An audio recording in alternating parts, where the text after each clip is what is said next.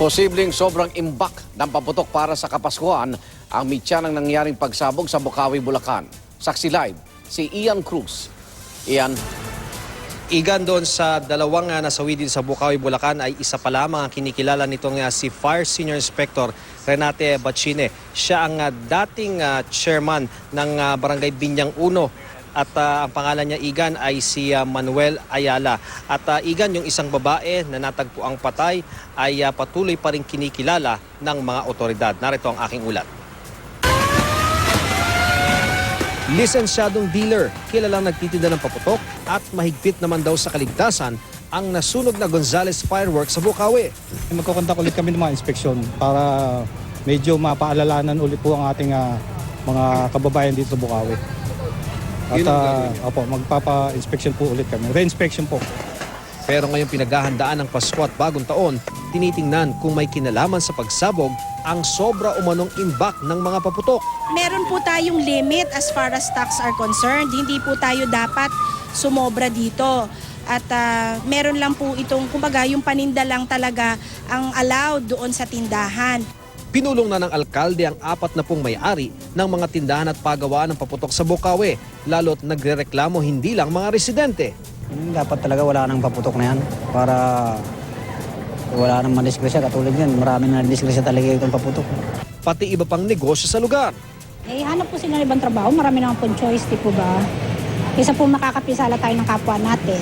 Bukod dyan, ilang beses na ring may katulad na insidente sa Bocaue. Isang patay at isang sugatan sa sumabog na fireworks factory noong April 2013.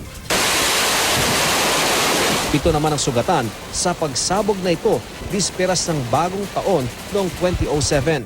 Habang 7 ang patay sa bisperas din ng Bagong Taon noong December 2004. Narinig natin yung pagsabog ay mukha ni Presidente Duterte talaga yung unang naisip ko sapagkat alam ko nga na isa sa mga apprehension niya noon ay patigilin ang ganitong klaseng industriya.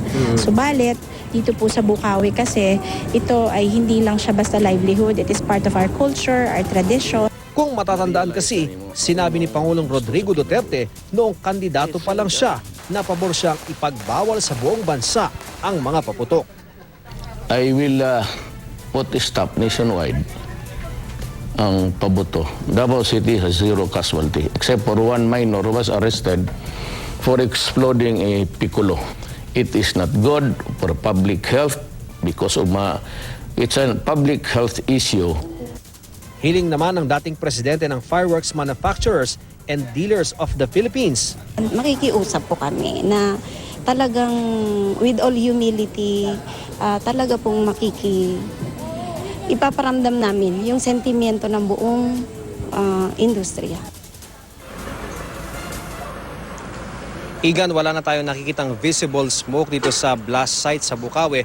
Pero habang tayo umiiri, Igan, ilang mga pagsabog pa rin ang ating naririnig. Sa ngayon ay may mga naka-standby pa rin na mga bombero dito sa blast site sapagkat nakahanda sila kung magkaroon man ng muling pag-usok o apoy dito sa blast site. Ang mga taga-Meralco naman ay patuloy na nire-restore ang linya ng kuryente sa bahaging ito. At yan ang latest mula rito sa Bocaue, Bulacan. Ako si Ian Cruz, ang inyong saksi.